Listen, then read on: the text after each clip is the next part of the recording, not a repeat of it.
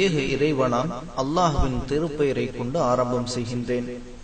இறுதி இறை தூதராம் முஹம்மது ஸல்லல்லாஹு அலைஹி வஸல்லம் அவர்கள் சொன்னார்கள், அல்லாஹ்வின் படைப்புகளை பற்றி 1 மணி நேரம் சிந்திப்பது 70 ஆண்டுகள் உபரியான வணக்கங்கள் செய்வதை காட்டிலும் சிறந்தது.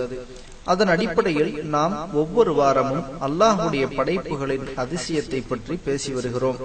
இந்த வாரம் ஒரு வினோதமான தாவரத்தை பற்றி தெரிந்து கொள்வோம்.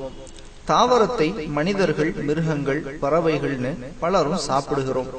ஆனா மாமிசத்தை சாப்பிடக்கூடிய தாவரத்தை கேள்விப்பட்டதுண்டா?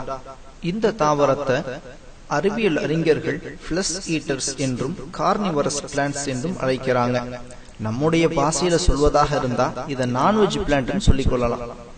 அல்லாஹ் தன்னுடைய இறை வேதத்துல பல இடங்கள்ல தாவரங்களை பற்றி சொல்லி காட்டுகின்றான். பிஸ்மில்லாஹிர் ரஹ்மானிர் ரஹீம். அவலம் யரவு இலல் அர்தி கம் அன்பத்னா ஃபீஹா மின் குல்லி ஸௌஜின் கரீம். இன்ன ஃபீ ذلك லஆயா வமா கான அக்ஸருஹும் முஃமினீன். அவர்கள் பூமியை பார்க்கவில்லையா? அதில் மதிப்பு மிக்க எத்தனையோ வகை மரம், செடி, கொடி யாவற்றையும் ஜோடி ஜோடியாக நாம் முளைப்பித்திருக்கிறோம். நிச்சயமாக இதில் அத்தாட்சி இருக்கின்றது. எனினும் அவர்களில் பெரும்பாலானோர் நம்பிக்கை கொள்வோராக இல்லை. அத்தியாயம் 26 வசனங்கள் 7 மற்றும் 8. மேலும் அல்லாஹ் சொல்லி காட்டுகின்றான், பிஸ்மில்லாஹிர் ரஹ்மானிர் ரஹீம்.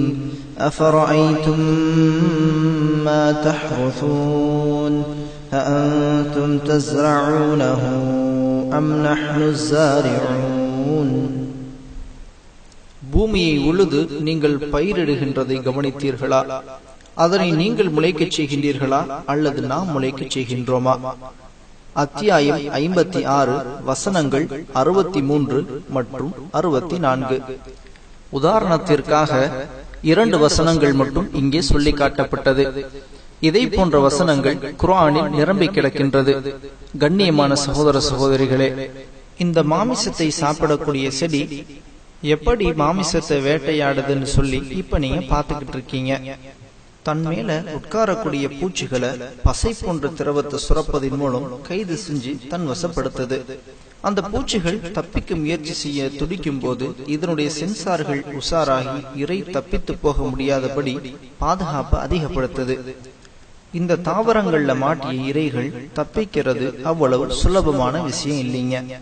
அப்படி இருந்தும் ஒரு ஈ தப்பித்து போனதை இப்ப நீங்க பார்த்து இருப்பீங்க. ஏன்னா அந்த ஈயோட சென்சாரும் அவ்வளவு உஷாரானது. இறைவனின் படைப்புகள் விந்தையிலும் விந்தையானது, அதிசயத்திலும் அதிசயமானது என்று சொன்னால் அது மிகையாகாது.